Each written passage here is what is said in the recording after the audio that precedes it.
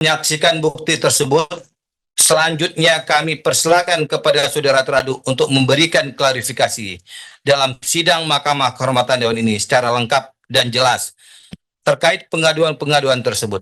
Silakan. Assalamualaikum warahmatullahi wabarakatuh, Yang Mulia. Yang pertama, tentunya kita sebagai anggota parlemen semuanya ada di sana, dan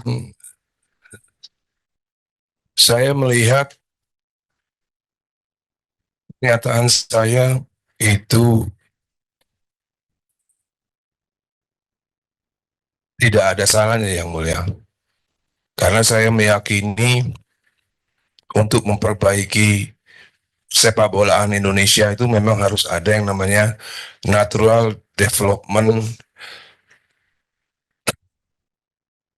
Harus ada natural development yang saya bilang di rapat sidang bersama Pak Erick Thohir itu, Pak. Jadi saya merasa pernyataan saya itu tidak menyinggung norma agama maupun norma-norma yang terkait dalam Pancasila. Saya tidak menyuruh untuk menyarankan untuk kumpul kebo, saya menyarankan untuk dijodohkan, dan mohon arahan Yang Mulia, kalau memang pernyataan saya bertentangan dengan Pancasila dan agama, saya akan mengkoreksi pernyataan saya saat ini juga, Yang Mulia. Seandainya pernyataan saya itu bertentangan dengan norma-norma Pancasila maupun norma-norma agama. Karena yang saya tahu sampai detik ini pun MUI juga tidak pernah menyatakan atau menggugat pernyataan saya atau mengeluarkan statement yang ada hubungannya dengan pernyataan saya yang itu. Lalu soal slip of the tongue itu, Pak, Yang Mulia, itu murni 100% slip of the tongue. Jadi yang bersangkutan sudah melaporkan saya ke kepolisian, dan saya akan menjalani proses hukum itu kalau nanti memang ada, Yang Mulia. Dan itu demi Allah 100% pure slip of the tongue. Mohon arahan Yang Mulia kalau memang ada seperti yang tadi, kalau memang ada unsur pidana daripada slip of the tongue, mohon arahan juga bagaimana seharusnya saya sebagai anggota DPR untuk bertindak selanjutnya. Itu Yang Mulia. Selesai? Selesai, Yang Mulia.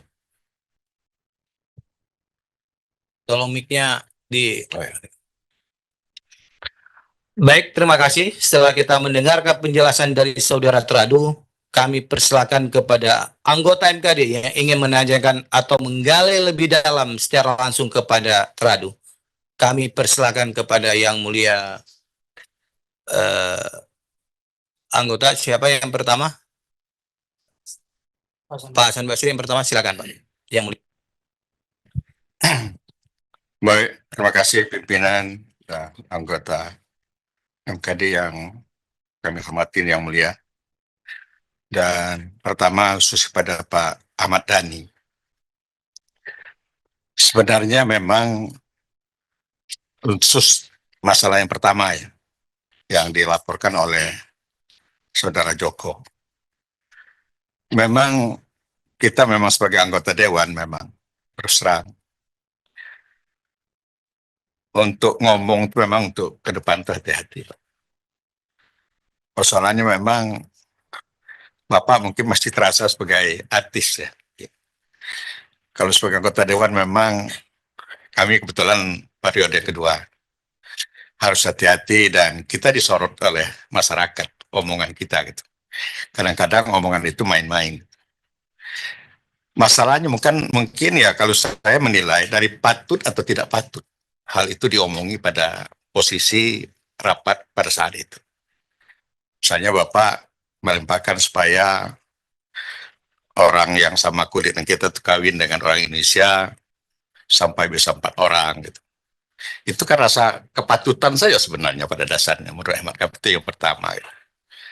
Kemudian yang kedua memang ya Bapak sebagai anggota dewan memang hati-hati ke depan gitu untuk bicara, apalagi setiap kita rapat komisi pasti itu disoroti oleh TV gitu. Dan itu disiarkan langsung. Itu pertama. Yang kedua, masalah Pono. Apakah Bapak tahu Pono itu adalah marga, Pak? Di sana itu sangat darah biru, Pak. Apa Pak Dani tahu tuh apa itu yang Bapak anggap pertama itu nama? Gimana, Pak? Nggak tahu saya, Pak. Oke. Nggak tahu saya. Nah, kemarin kami kebetulan memperdalam itu pada saat pengadu datang ke sini. Itu marga yang sangat dihormati di sana, Pak. Darah biru kalau istilah mereka. Kemarin itu dikatakan seperti itu. Jadi itu juga mungkin kami rasakan ya kehati-hatian Bapak ke depan. Saya pikir begitu, Pak. Jadi ya sayang Bapak orang terkenal sebenarnya. Kalau mungkin kami ngomong tidak seperti itu. Karena yang ngomong itu Bapak, ya seorang penyanyi yang cukup terkenal menurut hemat kami di Indonesia ini. Jadi disorot, Pak. Jadi itu hati-hati. Jadi sekali lagi, porno dengan pono memang sangat tersinggung di sana. Nama Pono itu adalah marga, kalau ibarat dari Medan itu Siregar, Sekombing, dan sebagainya. Kalau di sana itu Pono, Pak. Hati-hati, Bapak. Itu saja yang kami sampaikan, Pak Ketua yang mulia. Terima kasih. Baik, terima kasih. Kami persilakan kepada Pak Tommy. Pak Tommy. Ya, oke, kami persilakan. Terima kasih yang mulia. Mas Dani, apa kabar Mas?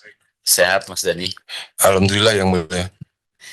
Baik, terima kasih Mas Dani hari ini sudah memenuhi undangan dari MKD untuk mengklarifikasi berbagai macam pengaduan.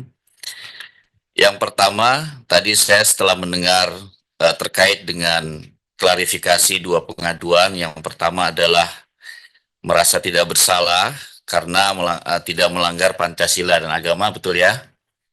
Kemudian yang kedua dari Pono menjadi porno itu adalah murni slip of the tongue.